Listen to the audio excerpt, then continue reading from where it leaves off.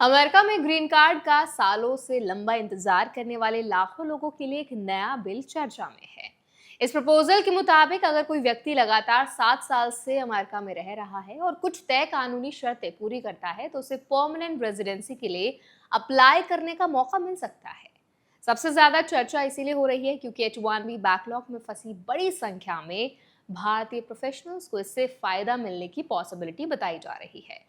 लेकिन यहाँ सबसे जरूरी बात यह है कि अब ये जो है अभी कानून नहीं बना है। तो आज इस वीडियो में हम आसान भाषा में समझेंगे कि नया बिल कहता क्या है, मौजूदा कानून से इसमें क्या फर्क है, भारतीयों को इससे कैसे फायदा हो सकता है, कौन कौन सी शर्तें पूरी करनी होंगी और अभी इस समय क्या करना सबसे सही रहेगा। तो चलिए फिर जल्दी से वीडियो को शुरू करते हैं।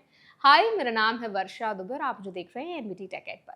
सबसे पहले समझना जरूरी है कि कोई नया लागू रूल नहीं है। कैलिफोर्निया के सेनेटर एलेक्स पडेला ने एक नया इमिग्रेशन बिल दोबारा पेश किया है। इस बिल का उद्देश्य अमेरिका के पुराने रजिस्ट्री प्रोविजन को आधुनिक बनाना है, यानी अभी ये सिर्फ एक लेजिस्लेटिव प्रपोजल है। इसे कानून बनने के लिए सेनेट, हाउस ऑफ रिप्रेजेंटेटिव्स और उसके बाद प्रेसिडेंट की मंजूरी जैसी पूरी प्रोसेस से गुजरना होगा। इसीलिए इसे अभी से फाइनल रूल मानना सही नहीं होगा। अब बात करते हैं मौजूदा कानून कहता क्या है। अमेरिका के इमिग्रेशन एंड नेशनैलिटी एक्ट की सेक्शन 249 के तहत रजिस्ट्री नाम का एक प्रावधान पहले से मौजूद है, लेकिन इसमें परमानेंट रेजिडेंसी के लिए एलिजिबिलिटी एक बहुत पुरानी कट ऑफ डेट पर आधारित है।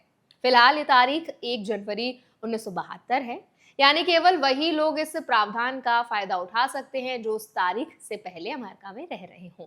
यही वजह है कि पिछले कई सालों से इस व्यवस्था का इस्तेमाल बहुत कम लोगों ने किया है। नया बिल इसी व्यवस्था को बदलने का प्रस्ताव देखता है। इसमें तय तारीख की जगह रोलिंग 7 ईयर रूल लाने की बात कही गई है, यानी अगर कोई व्यक्ति लगातार कम से कम 7 साल से अमेरिका में रह रहा है, उसका कोई सीरियस क्रिमिनल रिकॉर्ड नहीं है और वो ग्रीन कार्ड से जुड़ी बाकी कानूनी शर्तें पूरी करता है, तो वो परमानेंट रेजिडेंसी के लिए अप्लाई कर सकेगा। अगर फ्यूचर में ये बिल कानून बनता है तो लागू होने के लगभग 60 दिन बाद ये नया नियम इम्पैक्ट में आ जाएगा। अब सबसे बड़ा सवाल है कि भारतीयों के लिए ये क्यों इंपॉर्टेंट माना जा रहा है। बड़ी संख्या में भारतीय प्रोफेशनल्स कई सालों से एम्प्लॉयमेंट बेस्ड ग्रीन कार्ड की वेटिंग लिस्ट में हैं। इसका एक बड़ा कारण पर कंट्री कैप है, जिसकी वजह से भारत के एप्लीकेंट्स को दूसरे कई देशों के कंपैरिजन में काफी लंबा इंतजार करना पड़ता है। अगर फ्यूचर में ये नया बिल पास हो जाता है तो लंबे समय से यूएस में रह रहे कुछ भारतीय प्रोफेशनल्स के लिए परमानेंट रेजिडेंसी तक पहुंचने का एक एक्स्ट्रा रास्ता खुल सकता है। लेकिन यहाँ एक बात बहुत साफ समझनी इंपॉर्टेंट है, केवल 7 साल अमेरिका में रह लेना अपने आप ग्रीन कार्ड की गारंटी नहीं देगा। बिल के मुताबिक एप्लीकेंट को बाकी सभी कानूनी एलिजिबिलिटी भी पूरी करनी होगी। इसमें अच्छा इमिग्रेशन रिकॉर्ड, कोई सीरियस क्रिमिनल हिस्ट्री ना होना और कानून में तय दूसरी शर्तें शामिल रहेंगी। यानी रेजिडेंसी पीरियड सिर्फ एक एलिजिबिलिटी फैक्टर होगा, अकेला आधार नहीं।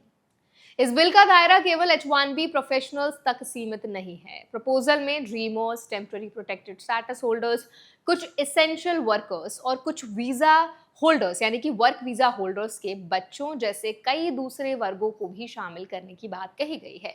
यानी इमिग्रेशन सिस्टम में लंबे समय से रह रहे कई लोगों के लिए एक बहुत व्यापक प्रपोजल है। अब सबसे जरूरी सवाल कि भारतीयों को इस समय करना क्या है। तो देखिए, सबसे पहले ये समझें कि अभी आपके मौजूदा इमिग्रेशन रूल्स में कोई नया बदलाव नहीं हुआ है। अगर आप H1B पर हैं, ग्रीन कार्ड प्रोसेस में है, किसी दूसरे लीगल स्टेटस में अमेरिका में रह रहे हैं, तो वही नियम लागू रहेंगे जो अभी इम्पैक्ट में है। इसलिए green card application, visa extension या स्टेटस रिन्यूअल जैसी प्रोसेसेस को मौजूदा कानून के अनुसार ही पूरा करें।